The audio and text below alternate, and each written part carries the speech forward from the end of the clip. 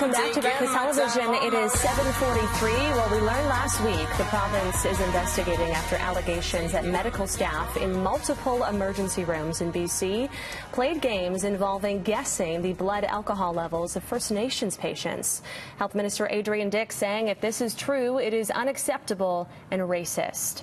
Joining us now to continue the conversation this morning is Stephanie Allen with the Federation of Black Canadians. Good morning, Stephanie. Good morning. What was your reaction when you heard this news last week? Unfortunately, I was not surprised to hear that this was going on. I think it's really reflecting the larger conversation around systemic racism.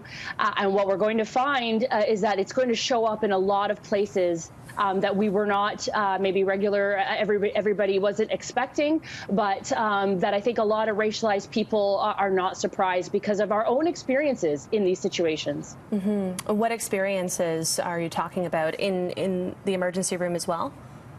Yeah, I think what you'll find is because people are racialized and showing up in these spaces, the discriminatory, stereotyped, ideologies are attached to us wherever we go. So even if we're in a situation where we're seeking medical attention, we find that the prevailing and dominant prejudices and bigotries that people have show up in these situations as well. So it impacts the care we get. It impacts the way we are treated. America has done a lot more studies on this.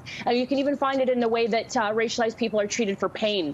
Their expressions of pain are not believed to be very real, and they're not given the same amount of pain medication at times. So we've got a long history here of, again, the ways that racism is showing up in our institutions.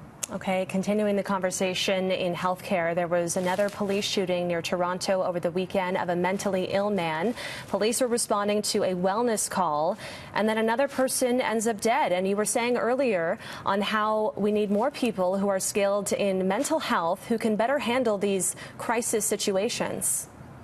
Yeah, imagine if when we call 911, there was a way to deploy a mental health worker to a situation that had the de-escalation skills, who knew how to work with folks in those situations versus, law enforcement that's really showing up to look for danger and address danger. A lot of times these people are not a danger to people around them and really do need some intervention. It sounds like in this situation, the gentleman was not on his medication. We know that people have mental health episodes in these circumstances, and we really do need to start thinking about how we're resourcing mental health workers so that people do not end up dead in these circumstances. Mm-hmm. A very sad situation that happened in Toronto over the weekend. I want to get into microaggressions now. There is a terminology that is new to many people as we continue to educate ourselves on systemic racism. Microaggressions is one of those concepts. Can you explain what this term means for those who don't know?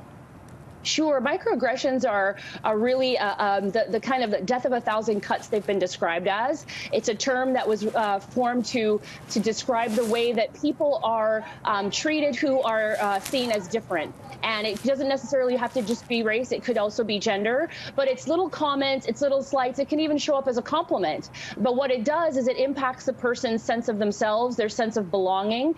And in a workplace, it can be very detrimental, as we're hearing. Sometimes it's people saying, or you're smart for example, fill in the blank, or where are you really from if you say you're Canadian, but you're a racialized Canadian. So those are the types of things that show up, and it's really it has a hard impact on people. And I think it's important for us to really dig into why we say those things and why we ask certain questions of other people. Mm-hmm. We see it in everyday conversations. We see it in movies. We see it in TV shows, perhaps in the emergency room as well. How do we make society free of microaggressions?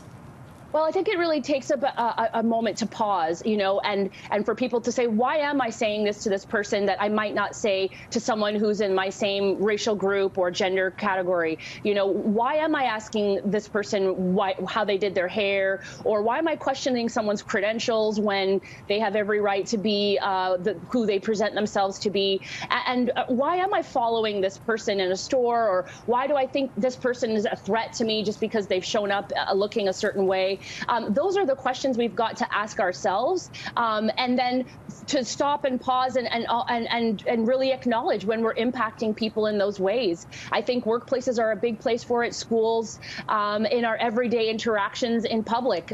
You see these kinds of microaggressions show up where we're really putting people in another category, so to speak, of being out of place or being an other. So much to cover still, and we covered a lot this morning, but I hope that we can continue this conversation next Monday again. Thank you so much for your time this morning, Stephanie. All right, thanks for having me. All right, that is Stephanie Allen with the Federation of Black Canadians. It is 7:48.